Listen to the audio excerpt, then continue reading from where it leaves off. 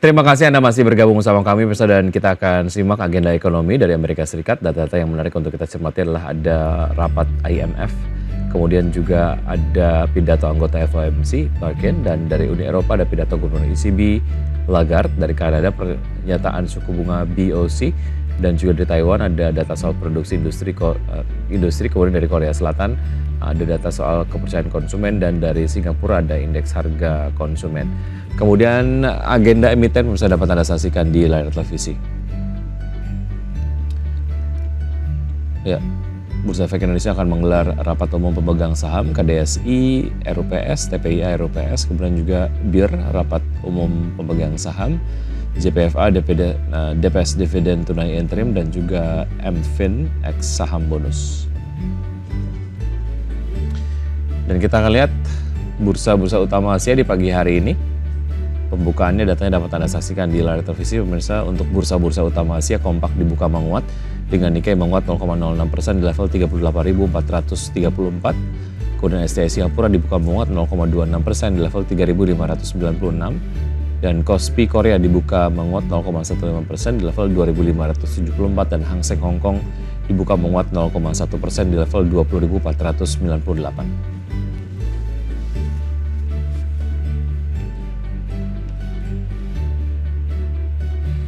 Dan saat ini saya sudah terhubung dengan Mas Andika Cipta Labora, analis PT Kanakahita Solvera. Selamat pagi Mas Andika. Halo, selamat pagi Mas. Pagi, terima kasih sudah bergabung bersama kami Mas Andika di Market Buzz. Semoga sehat selalu Mas Andika. Ya, Baik, Mas. Mas Andika, kalau kita bicara mengenai reboundnya IHSG kemarin, tentu saja ini ditopang dari pergerakan saham Gotoh dan juga Astra begitu. Menurut Anda seperti apa pergerakan IHSG kemarin pada saat rebound? Apakah ini kemudian menjadi satu pergerakan ataupun mungkin pola yang akan berlangsung lama atau seperti apa? Oke, Mas.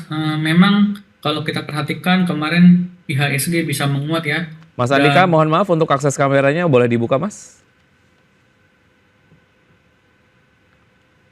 dan itu juga ya. Baik. Selain Astra dan Gotoh, IHSG didorong oleh saham-saham grup PAPP ya, Prajogo Pangestu atau Barito Group seperti Brand, Cuan, PTRO, TPIA. Nah, memang kalau kita lihat untuk perdagangan hari Selasa kemarin, IHSG masih merespon positif dengan dilantiknya Presiden dan Wakil Presiden beserta kabinet baru. Sepertinya masih dalam euforia pelantikan Presiden terbaru, Mas, untuk IHSG. Artinya ini sebetulnya kalau kita lihat dari alasan fundamental, ada tidak alasan fundamental yang memang menguatkan pergerakan dari IHSG ataupun mungkin menguatkan alasan mengapa IHSG kemarin rebound gitu, atau hanya ini dampak psikologis saja dari pelantikan kemarin, Mas Andika? Oke, kalau kita lihat memang selain dalam negeri ada pelantikan presiden dan wakil presiden yang berjalan dengan lancar, juga memang dari bulan Juli ya, Juli itu indeks itu memang sudah uptrend karena memang potensi pemangkasan suku bunga oleh The Fed karena inflasi yang sudah mau kena target The Fed yaitu di kisaran 2%, sehingga memang sampai saat ini market masih uptrend dan juga sentimennya masih dari luar yang besar yaitu terhadap pemangkasan suku bunga The Fed, Mas.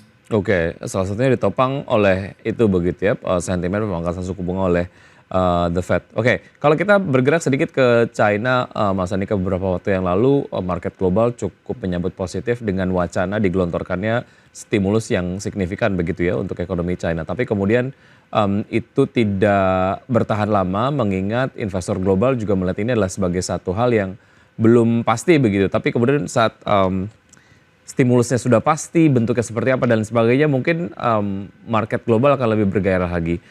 Apakah itu kemudian dapat menjadi concern dan apa yang bisa diantisipasi oleh pelaku pasar yang juga turut mempertimbangkan pergerakan dari isu global terkait dengan apa yang terjadi di China, Mas Andika?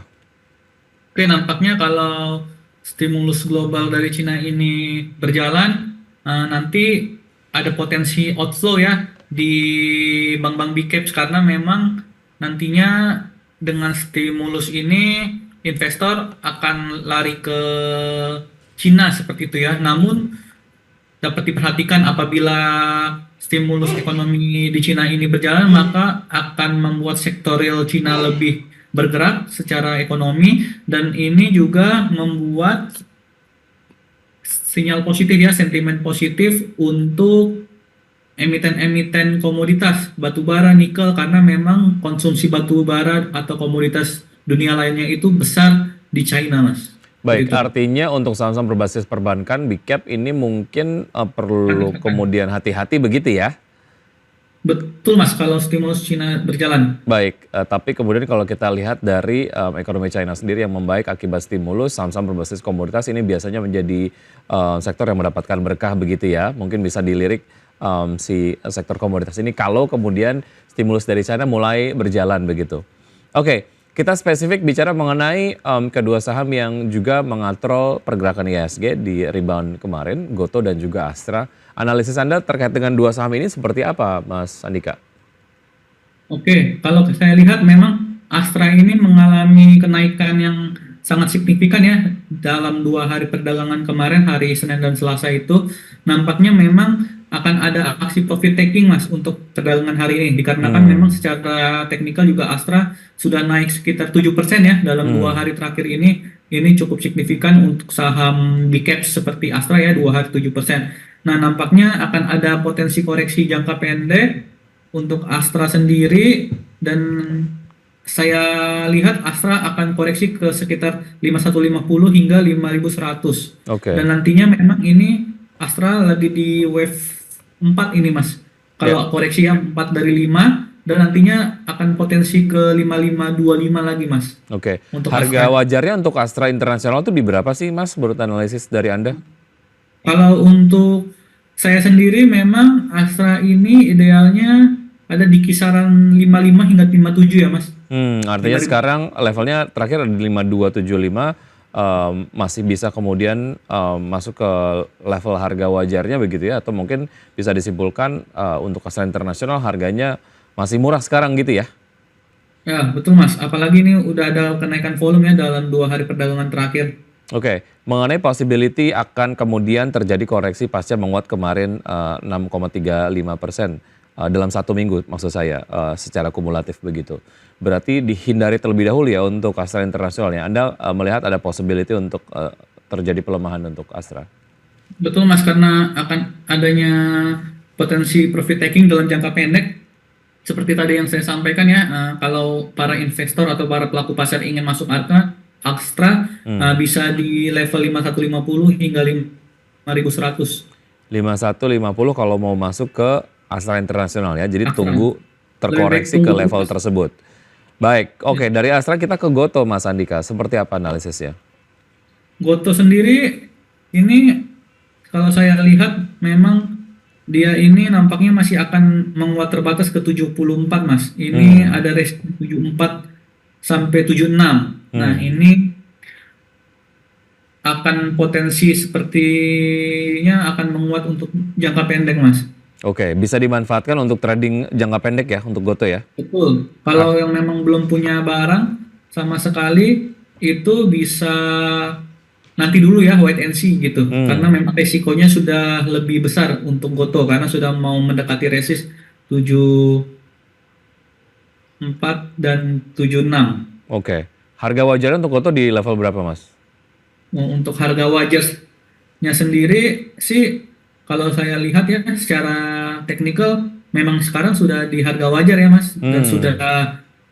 saatnya hati-hati seperti itu untuk jangka pendeknya. Baik, oke bisa dimanfaatkan untuk trading, tapi kalaupun terjadi pergerakan, pergerakannya cukup terbatas, nanti Anda melihat pergerakannya bisa sampai ke level 74-an ya untuk Goto ya? Iya, Mas. Oke, baik. Kita ke pergerakan dari saham-saham Prayogo Pangestu, Mas Andika. Analisa Anda dan juga rekomendasinya seperti apa? Apa yang perlu dicermati dari saham-saham ini? Oke, nah kalau saya lihat sendiri memang saham-saham Prajogo Pangestu yang mengalami kenaikan signifikan seperti PTRO brand itu masih menarik ya untuk saat ini. Kalau saya lihat sendiri ini brand ini membentuk pattern inverted head and shoulder, nampaknya akan potensi secara teknikal untuk melanjutkan penguatan untuk menutup gap ke 8825. Untuk PTRO bisa ke nampaknya ke 19.000 hingga 19.250 ini ada bullish penan ya patternnya. Lalu untuk brand? 8850 tadi Pak. Oke, baik.